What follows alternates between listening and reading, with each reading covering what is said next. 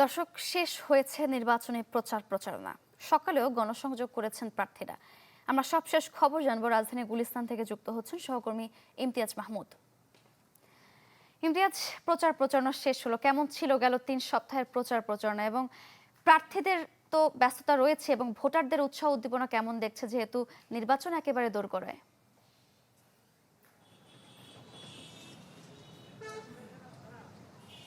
সারিকা, নির্বাচনের প্রচারণা শুরু হয়েছিল 22শে জানুয়ারি এবং আজকে 10শে ডিসেম্বর সকাল 7:30টায় নির্বাচনী প্রচারণা কিন্তু শেষ হয়ে গেছে। এবং এই নির্বাচনী প্রচারণার একেবারে শুরু থেকে আমরা 1 আসন থেকে শুরু করে 20 আসন, যে যতগুলো আসন আছে ঢাকার, সবগুলো আসনে গিয়েছি এবং সেখানকার যেই প্রার্থীরা রয়েছে, সেখানকার ভোটাররা রয়েছে, সবার সাথে আমরা কথা বলেছি এবং কথা বলে যতটুকু জিনিস বোঝা যায়, সেখানে একটি জিনিস কিন্তু খুবই বলা যায় যে সব জায়গায় আছে, তাদের ইশতেহারে আছে। সেটি হচ্ছে যে ঢাকা শহরকে চাঁদাবাজ মুক্ত করা। তাছাড়া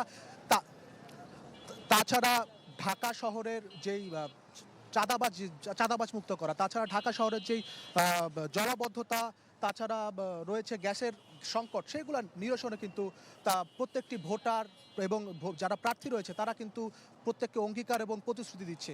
এবং প্রচারণা আজকে শেষ এবং গতদিন রাতেও প্রচারণা।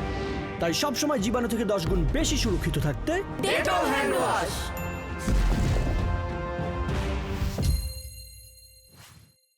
চলেছে, প্রত্যেকটি প্রার্থীরা মানুষের দ্বারে দ্বারে গিয়েছেন, শেষ সময়ের অঙ্গীকার, শেষ সময়ের প্রতিশ্রুতি দিয়েছেন, কথা বলেছেন সবার সাথে।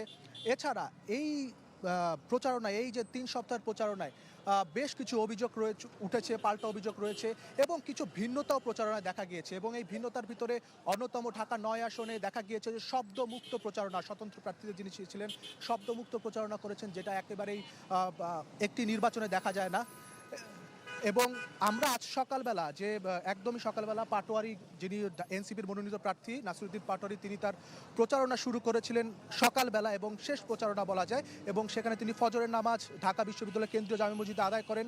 এরপরে হাদির কবর জিয়ারত করে ওই শাহবাগ সংলগ্ন যেই বলা যায় যে ফুলের দোকান রয়েছে, পাইকারি ফুলের দোকান আছে, সেখানে তিনি গণসংযোগ করেন এবং ব্রিফ করেন। এবং তিনি সেখানে অভিযোগ করে বলেন যে শেষ সময়ে এবং গত দিনও তার ক্যাম্পে হামলা চালায় এবং এই সময় তিনি মামলাও করেন। তো সর্বোপরি ঢাকার 1 থেকে 20 আসনের এই খবরাখবর ছিল আমার কাছে।